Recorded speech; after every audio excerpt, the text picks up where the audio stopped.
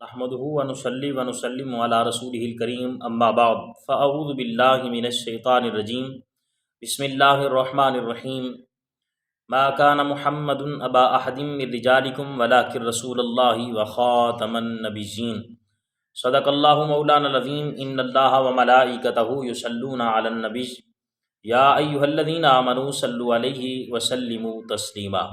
سامعین، خالق کائنات اللہ رب العزت نے قرآن کریم فرقان حمید لا ریب بے عیب کتاب میں ارشاد فرمایا کہ محمد صلی اللہ علیہ وآلہ وسلم آپ میں سے کسی کے باپ نہیں ہیں مردوں میں سے، اور اللہ کے آخری رسول ہیں۔ آخری رسول ہونے پر اللہ رب العزت نے قرآن میں مہر ثبت کر دی، قرآن میں مہریں لگا دی میرے رب نے۔ تو اب بات رہی قرآن کے بعد، تو دیکھنا ہے ہم نے قرآن کے بعد کیا ہے۔ قرآن کے بعد ہے احادیث رسول۔ تو رسول کریم علیہ الصلوۃ والتسلیم نے اپنی حدیث میں ارشاد فرما دیا کہ انا خاتم النبیین لا نبی بعدی، میں آخری نبی ہوں، میرے بعد کوئی نبی نہیں ہے۔ تو اللہ رب العزت کے پیارے محبوب صلی اللہ تعالیٰ علیہ وآلہ وسلم کے فرمان کی بھی مہر لگ گئی، اللہ رب العزت کی بھی مہر لگ گئی۔ تو اب تو اگر کوئی ختم نبوت پر یقین نہیں رکھتا تو نہ رسول کو مانتا ہے نہ خدا کو مانتا ہے۔ ایک قادیانی کی بات میری نظروں سے گزری، میں نے پڑھا ایک جگہ ایک کتاب میں، ایک فوجی افیسر تھا، اس کو قادیانیوں نے ورغلایا کہ ہم آپ کو رشتہ دیتے ہیں۔ تو اس شرط پر اس نے حامی بھر لی کہ میں کبھی بھی آپ کے نہ کسی جلسے جلوس میں آؤں گا، نہ قادیانیت کی بات کروں گا، نہ آپ کو تسلیم کروں گا، ایسی ویسی بات میرے ساتھ نہیں کرنی، میں سچا اور کھرا مسلمان ہوں۔ انہوں نے کہا ٹھیک ہے، کوئی بات نہیں۔ تو سلسلہ چلتا رہا۔ ایک دن یہ ہوا کہ فوجی افیسر جب آئے اپنے سسرال والوں کے پاس، تو وہاں قادیانیوں کا ایک بڑا مجتہد، کوئی مولوی، بڑا فن خوان آیا ہوا تھا۔ تو انہوں نے اس کے قریب بٹھا دیا فوجی صاحب کو۔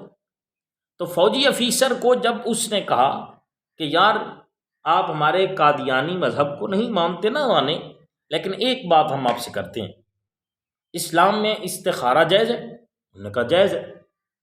اس نے کہا تو پھر ایسا کریں، آپ رات کو استخارہ کریں، اگر آپ کو اپنا نبی خواب میں نظر آ جائے تو ٹھیک ہے، اور مرزا قادیانی نظر آئے تو پھر تو آپ اپنے ذہن کے مطابق یا ہماری دعوت کے مطابق آپ قادیانیت میں آ جائیں۔ اس نے حامی بھر لی کہ میں استخارہ کروں گا۔ رات کو استخارہ کیا تو خواب میں قادیانی ملا، مرزا قادیانی ملا، اور وہ نبی بنا بیٹھا ہے، ایسے ملا۔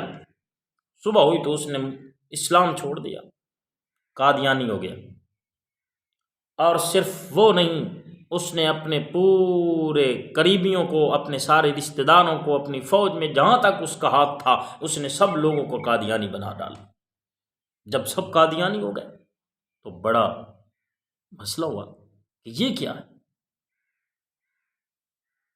بہت دل مسلمانوں کے غمگین ہوئے۔